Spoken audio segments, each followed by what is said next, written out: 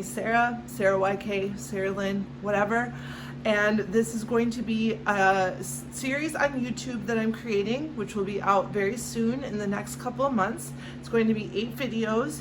And what it's really going to deal with is the issues of post-traumatic stress and chronic illness. As a lot of research is showing that going through major life-threatening illness, chronic pain, all of this stuff, we are really seeing a lot of people suffering from post-traumatic stress emotions and symptoms.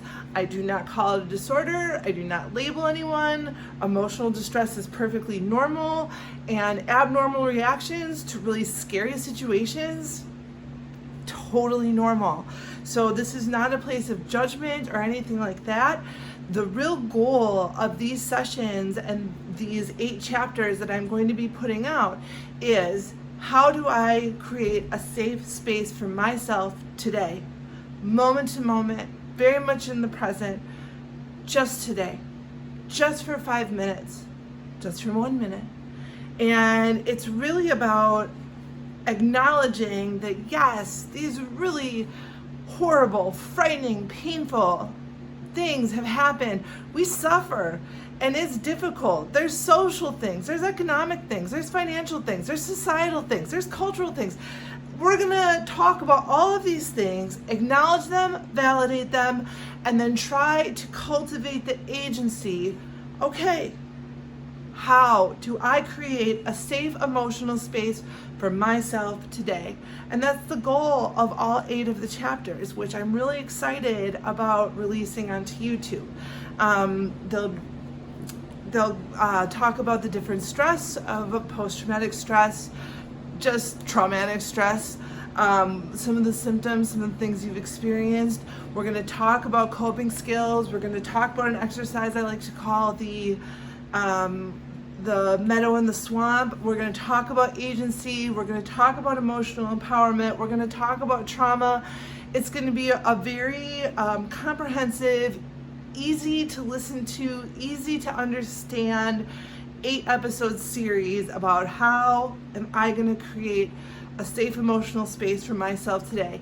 And here's the thing, when I say a safe emotional space, that is completely unique to you. You define what a safe emotional space is for you, because they're your emotions and it's your body and it's your healing process.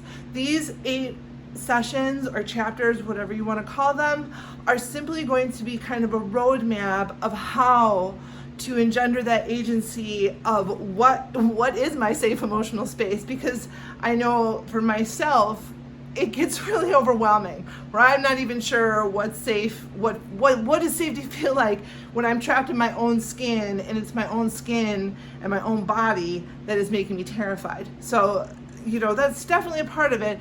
And then second of all, what does safety mean for me today? What does it mean for me tomorrow? What did it mean for me a half an hour ago? What will it mean for me a half an hour from now? So I really want to make that point that the safe emotional space that we are going to try and achieve is completely unique to you. I'm just going to give you the tools to try and get there. And whatever resonates, I really hope that it does. I'm really excited about this series. So lastly, I just want to tell you a little bit about myself and my own qualifications. Again, my name is Sarah YK. I have a bachelor's degree in philosophy from University of Milwaukee. I have master's level training in counseling psychology. I worked for 10 years as a social worker, mostly with teenagers, but I did work with children from all ages, mostly teenagers who were in crisis shelters, crisis situations, abusive situations.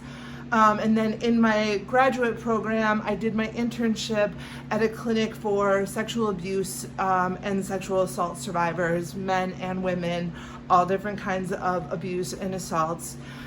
So I basically have spent my entire career working with trauma.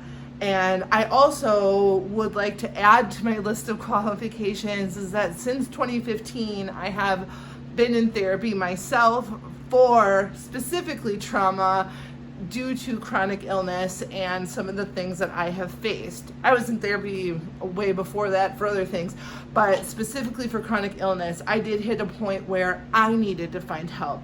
And now I'm in a place where I would like to share what I have learned to anyone out there who might benefit from it. So like I said, it's going to, I'll be getting the videos out in the next couple of months.